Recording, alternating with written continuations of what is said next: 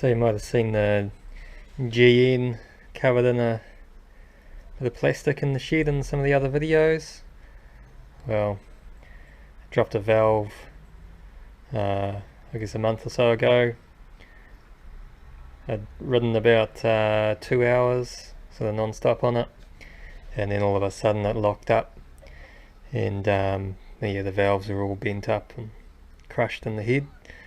Luckily the bottom end feels okay. The head's not got any marks on it. It just needs some new valves and it should be alright. Those valve stems on a GN are about 5mm thick, so pretty thin. This is the piston.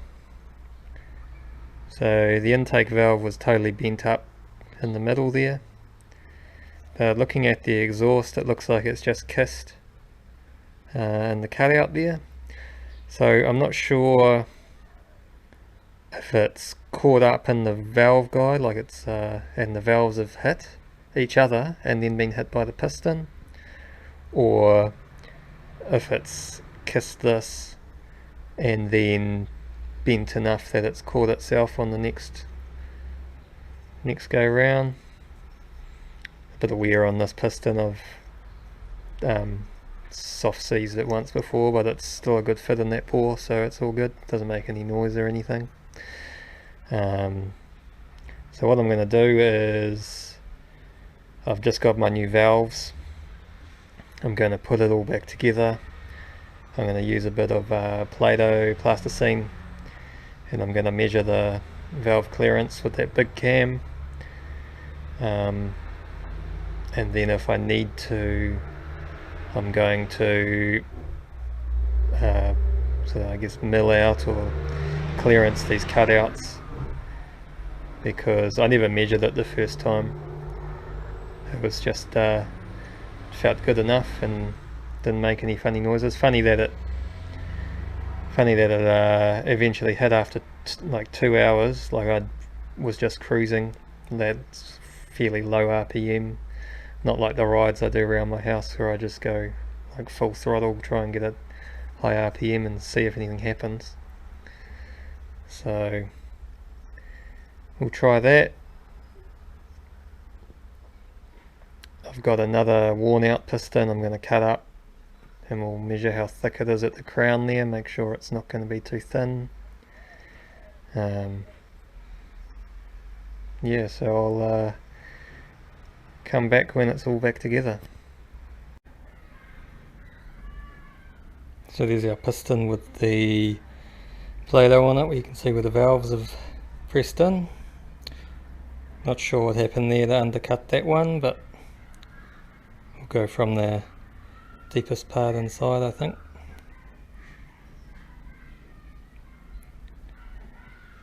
So we'll just carefully remove those, measure it up with the calipers there, and then I'm hoping to get about 1mm clearance. We'll see what happens. So there's our cuts there. The exhaust is on the left there, intake on the right. I had on the intake the radial clearance, or the clearance around the circumference of the valve, was about 4mm. Piston clearance at the thinnest point was 2mm.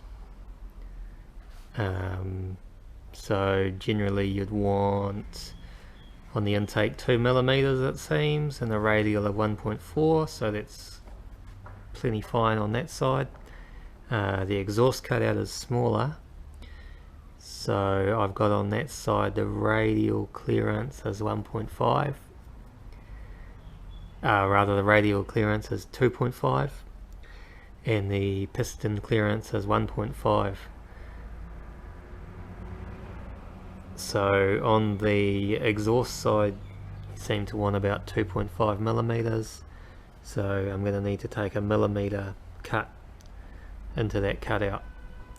I think we can see there is where the piston had kissed the valve, which I think has then bent it slightly, and then it's gotten caught up with the intake valve on the next stroke and jammed everything up. So to do that, I'm going to take another engine valve and I'm going to turn it into a little tool just to sand that bit there out.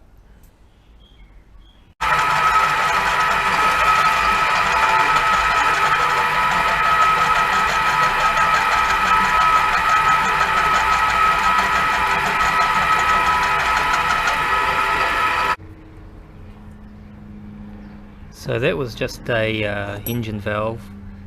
This one's off a QM200, I think. It's bigger than the valve I am using in the GN for the exhaust. So the radius is a bit different, but that's alright. And then I've just stuck some bit of an old sanding belt. This is 80 grit, just the fabric back stuff.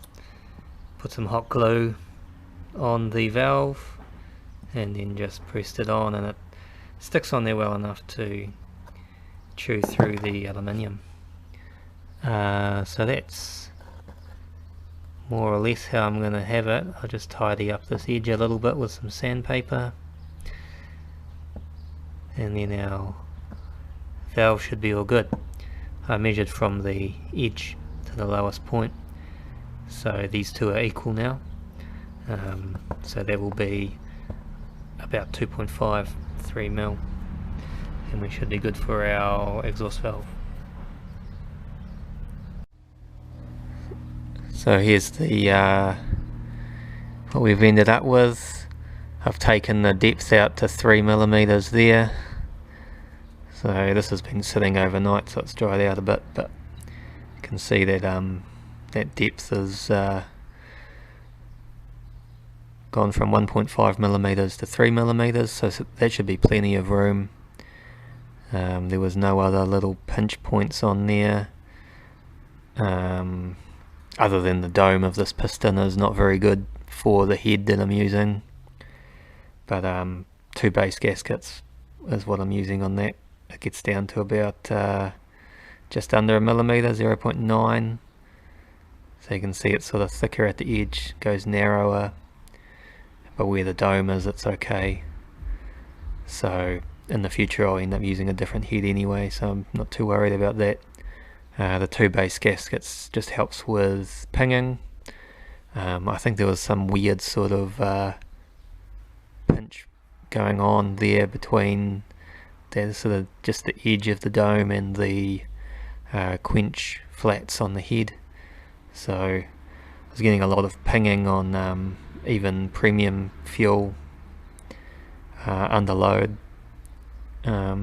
Stuff like going down a big hill with a tailwind, and it would get a weird sort of knocking going on.